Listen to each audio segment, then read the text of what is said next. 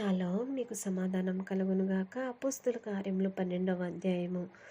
దాదాపు అదే కాలమందు రాజైన హేరోదు సంఘపు వారిలో కొందరిని బాధపెట్టుటకు బలత్కారముగా పట్టుకొని యోహాను సహోదరుడైన యాకోబును ఖడ్గంతో చంపించెను. ఇది యూదులకు ఇష్టమైన కార్యమని తెలుసుకొని పేతురును కూడా పట్టుకొనెను.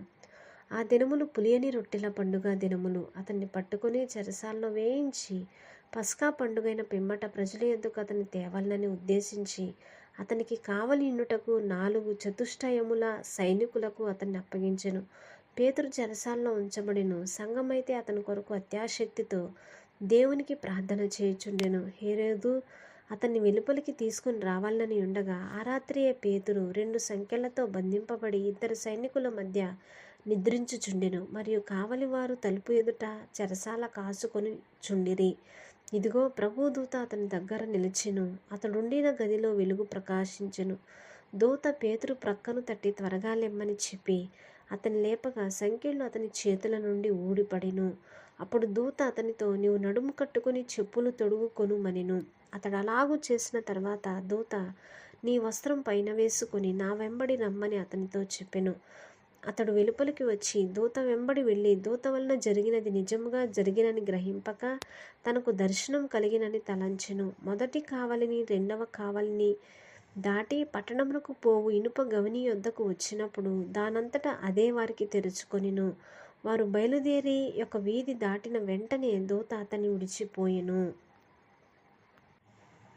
పేతురుకు తెలివి వచ్చి ప్రభువు తన దూతను పంపి హేరోదు చేతిలో నుండి యూదులను ప్రజలు నాకు చేయనుద్దేశించిన వాటన్నిటి నుండి నన్ను తప్పించి ఉన్నాడని ఇప్పుడు నాకు నిజముగా తెలివినని అనుకొనెను. ఇట్లు ఆలోచించుకుని అతడు మార్కు అను మారుపేరు గల యోహాను తల్లి అయిన మరియా ఇంటికి వచ్చెను. అక్కడ అనేకులు కూడి ప్రార్థన చేయుచుండిరి.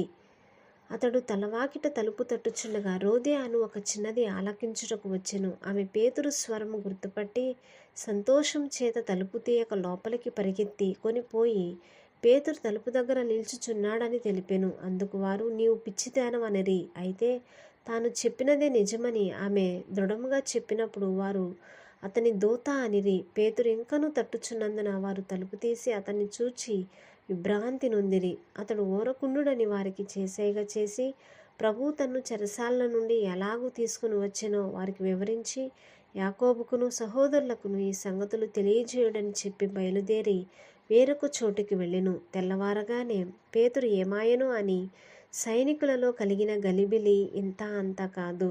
హేరోదు అతని కోసరము వెదికినప్పుడు అతడు కనబడనందున కావలి వారిని విమర్శించి వారిని చంపనాజ్ఞాపించెను. అటు తర్వాత హేరోదు యూదయ నుండి కైసరియకు వెళ్ళి అక్కడ నివసించెను.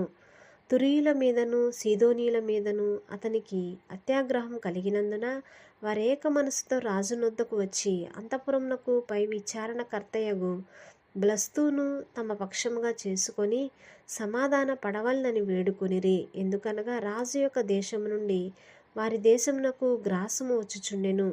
నియమింపబడిన దినమందు హేరోదు రాజవస్త్రములు ధరించుకొని న్యాయపీఠం మీద కూర్చుండి వారి ఎదుట ఉపన్యాసము చేయగా జనులు ఇది దైవస్వరమే కాని మానవస్వరము కాదని కేకలు వేసిరి. అతడు దేవుని మహిమ పరచనందున వెంటనే ప్రభుదూత అతని ముత్తెను గనుక పురుగులు పడి ప్రాణము విడిచెను.